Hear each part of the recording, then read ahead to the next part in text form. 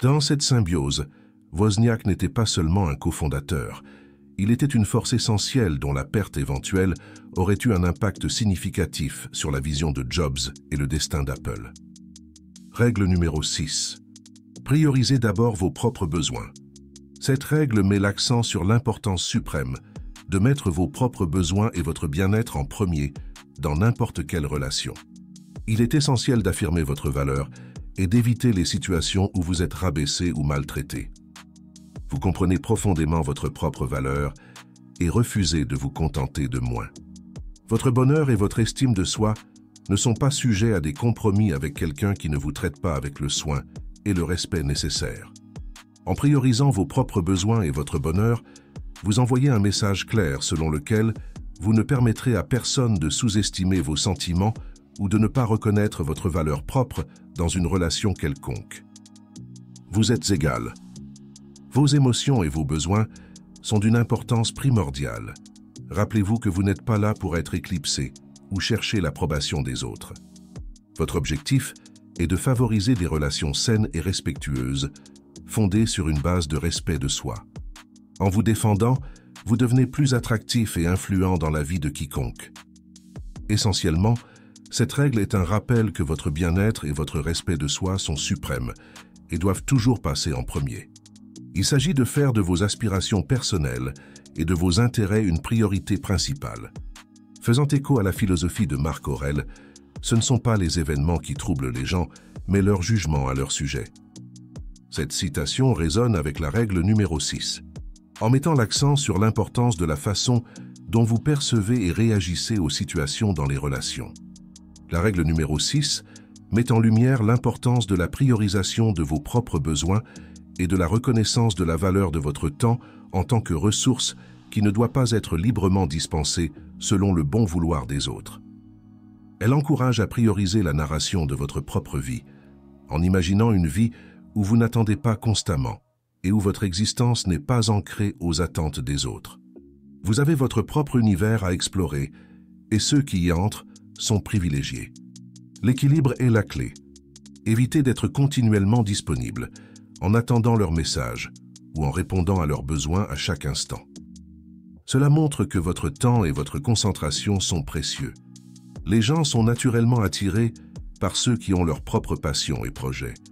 Quand il est clair que vous n'êtes pas simplement en attente, cela suscite l'intérêt et ils commencent à réfléchir à vos engagements, cultivant un sentiment de désir.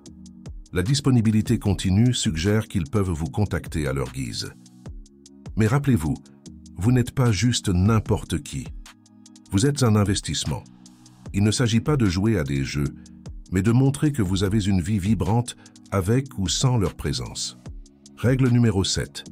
Cultivez l'art de prendre soin de vous et de définir des limites. Poursuivant notre exploration des principes essentiels pour favoriser des relations saines et respectueuses, nous plongeons dans l'art de prendre soin de soi et de définir des limites. Ce principe, tout comme la règle numéro 6 qui mettait l'accent sur la priorité des propres besoins, souligne l'importance profonde de reconnaître l'immense valeur de votre temps et de votre existence. Il commence par comprendre que votre temps est une ressource précieuse, qui ne doit pas être librement donnée au gré des autres. Prendre soin de soi dans ce contexte signifie prioriser vos propres besoins et votre bonheur, un acte qui signifie votre engagement à vous traiter avec soin et respect. L'élaboration de la narration de votre vie consiste à envisager un avenir où vous n'attendez pas perpétuellement les attentes externes, mais devenez plutôt l'auteur de votre récit, en faisant des choix et en poursuivant vos passions. L'embrassement de l'indépendance, le maintien de l'équilibre et la promotion de l'appréciation pour votre temps et votre concentration sont tous des aspects intégraux de ce principe. En n'étant pas toujours facilement disponible, vous devenez un individu plus attractif et intrigant. De plus, vous mettez en avant votre valeur unique. Vous n'êtes pas juste n'importe qui. Vous êtes un investissement dans toute relation. En essence, la culture de la prise en charge de soi et des limites sert de base cruciale pour des relations saines et respectueuses, s'alignant parfaitement sur le thème général selon lequel votre bien-être et votre respect de soi doivent toujours passer en premier dans toute connexion significative avec les autres. Règle numéro 8. cultiver l'équilibre émotionnel. Cette règle illumine l'art de l'équilibre émotionnel sur le chemin pour devenir une priorité dans la vie de quelqu'un. Elle souligne l'importance primordiale de ne pas laisser les émotions dominer la dynamique d'une relation, tout en veillant à ce que vos besoins soient non seulement reconnus, mais aussi respectés, en trouvant le bon équilibre entre l'expression de vos sentiments et le maintien d'une attitude sereine. Et l'essence de ce principe. Les émotions font indéniablement partie de notre identité, mais une expression excessive des émotions peut parfois obscurcir notre véritable valeur. La règle numéro 9 maintient le respect de soi et des limites fermes. La règle numéro 9 souligne le pouvoir transformateur d'être prêt à vous éloigner des relations qui ne reconnaissent pas votre valeur inhérente. Elle met l'accent sur l'importance vitale de reconnaître votre propre valeur et de maintenir fermement le respect de soi. L'établissement de limites claires et d'attentes concernant la façon dont vous souhaitez être traité dans toute relation est d'une importance capitale. Lorsque ces normes sont constamment violées, il devient impératif de rassembler le courage pour aller de l'avant, indépendamment des attaches émotionnelles qui peuvent exister.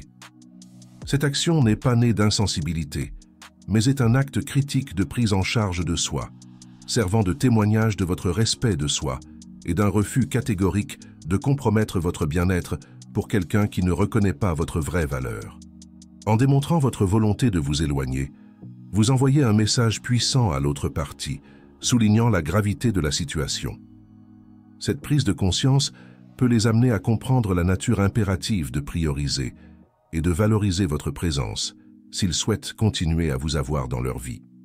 Votre objectif n'est pas de vous accrocher désespérément à des relations qui ne contribuent pas à votre bonheur et à votre estime de soi, mais plutôt de nourrir des liens sains basés sur le respect mutuel. Parfois, cela nécessite de rassembler la force de lâcher prise lorsque cela devient nécessaire, en écho à la sagesse de la philosophie stoïcienne. Comme l'a dit Marc Aurèle, vous avez le pouvoir sur votre esprit, pas sur les événements extérieurs. Réalisez cela, et vous trouverez la force. Ce sentiment résume l'essence de la règle numéro 9, nous rappelant l'importance profonde de prioriser le respect de soi et les valeurs personnelles par rapport aux relations qui ne reconnaissent pas notre véritable valeur. Merci d'avoir passé du temps avec nous aujourd'hui. Si ce voyage dans la philosophie stoïcienne a enrichi votre compréhension ou a aidé votre croissance personnelle, veuillez envisager de donner un like à cette vidéo pour aider d'autres à trouver ces enseignements. N'oubliez pas de vous abonner à notre chaîne pour plus d'exploration dans le monde profond du stoïcisme. Nous apprécions profondément votre présence dans notre communauté et sommes impatients de continuer ce voyage enrichissant ensemble. Jusqu'à la prochaine fois, continuez à marcher sur le chemin de la sagesse.